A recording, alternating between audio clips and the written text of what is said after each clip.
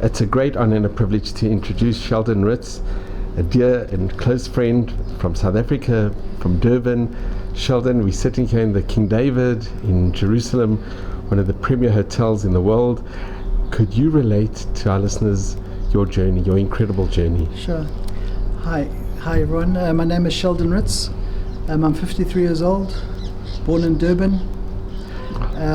My parents are from Durban. I have one brother, and we all made Aliyah between 91 and 92.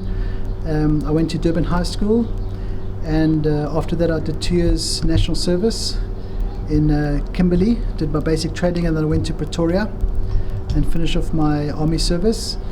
And then I made, after that I went to the Durban Hotel School. It's called Emil Sultan Technikon.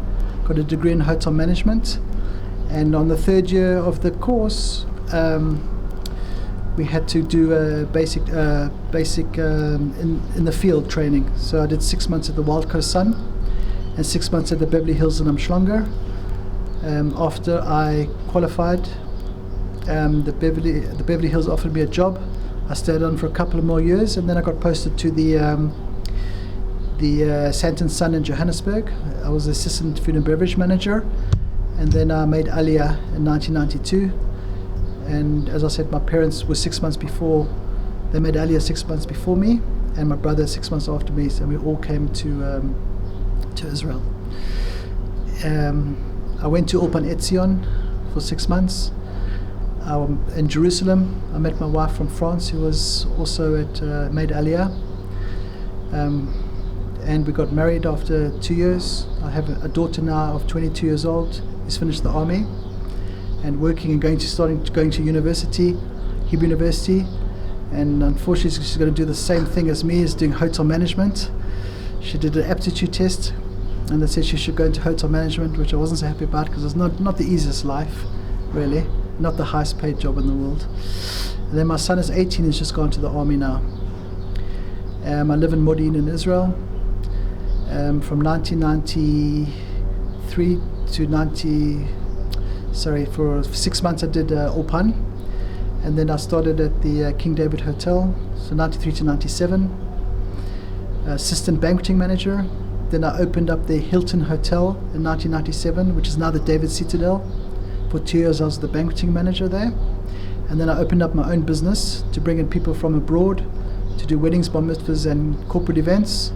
I did it for 4 years. The Intifada broke out, and then I had to basically close down my business and go back and get a proper job that someone else pays me. I don't pay myself. So I came back to the King David in 2003, and I started again as assistant banqueting manager, and I worked my way up to the deputy general manager, and I took care of all the heads of state, being an Anglo, so they appreciated that.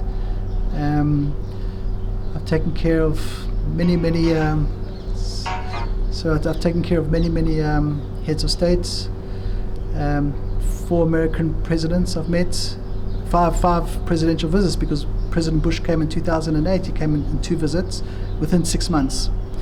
And I met also Jimmy Carter, who was past president, Angela Merkel about 8 times, Tony Blair, Sarkozy, most of the major world leaders. So it was a great honor for me. Receive them on the red carpet, take them to the suite.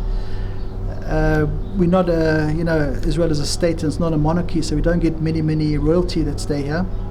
But we did have Prince Charles that came twice for the Rabin funeral and for the Shimon Peres funeral. So it was basically came on 2 unofficial visits, and then 1 official visit, first time in 70 years in 2017. Prince William came out. It was the first official visit by any British royal member in 70 years. Very nice person. Took him to a suite. I went to do some training at the British Embassy. They wanted me to know they wanted to teach me how to receive him, to initiate a handshake, not initiate, speak to him, not to speak to him. So they gave me a whole lot of lists of things to do, which flew out the window when I met him, because he was so nice. Just his staff around him are a bit panicky and very much go to protocol. He initiated his handshake, so I shook his hand. I took him up the elevator. They said, you shouldn't speak to him in the elevator, but he started asking me questions.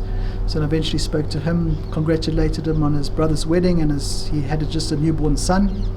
That's why Kate couldn't come out with him on the visit. Took him to a suite, showed him 10 minutes view of the history of the old city from his window, the Jerusalem suite on the 6th floor, amazing views of the old city. I showed him if he could sign on the guest book. I showed him where his father signed, Prince Charles. He asked me, would you like me to sign on the same page or separate page? He said, I told him to take a whole page for yourself. We had scones for him. We had the scones with cream at the bottom, jam on top, and the other way around, because you never know which one is the right way around. There's no right answer to that. We bought special tea that he drinks from where he drinks in his royal household, or where he lives. So everything was pretty perfect for him. And then I worked at the King David for a total of 18 years. And just exactly a year ago, I was asked to go to the head office of the Dan Hotel Corporation, which has 17 hotels and 1 hotel abroad, to be the director of sales for embassies and government ministries. And that's what I'm doing for the last year. But I also have a job we needed to come back to the King David to take care of very big visits. And whenever I'm needed here, then I come back to the King David Hotel. Sheldon, it's incredible. Right. It is such a journey.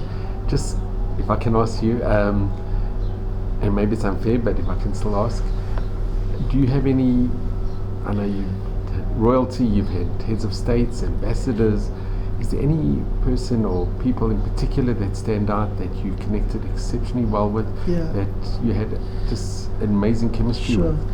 So one would be President Clinton. He was a very, very amicable guy. Just walked in the lobby. If there happened to be people around, he used to come up to them and shake his hand and say, "Hi, I'm Bill Clinton," like as if the people didn't know who he was. I'd say Tony Blair as well. He was here 3 times. Very good guy. I just remember one story when he wanted to walk out in the garden, and with everyone, and the Israeli Secret Service got very, very upset because walking by the swimming pool and there was people there. But if someone does it spontaneously, then people don't know about that he's doing it, so it's not too bad. They can't prepare anything bad for the person.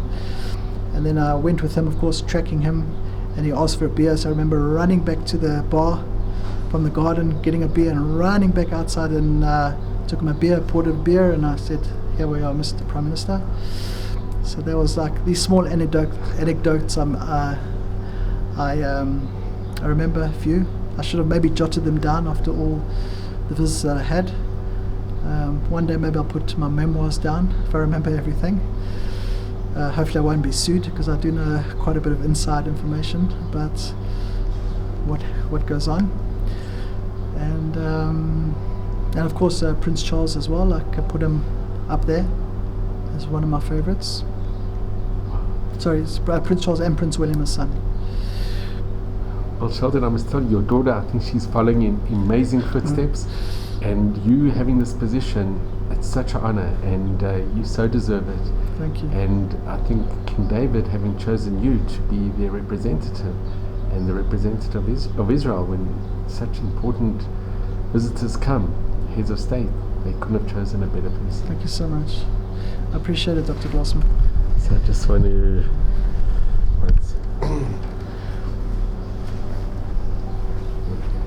Sheldon, if I can thank you really, and your time, and just knowing you for all these years, it's been a great honor and a privilege. The honor is mine, Dr. Glassman. Thank you. Thank you so much.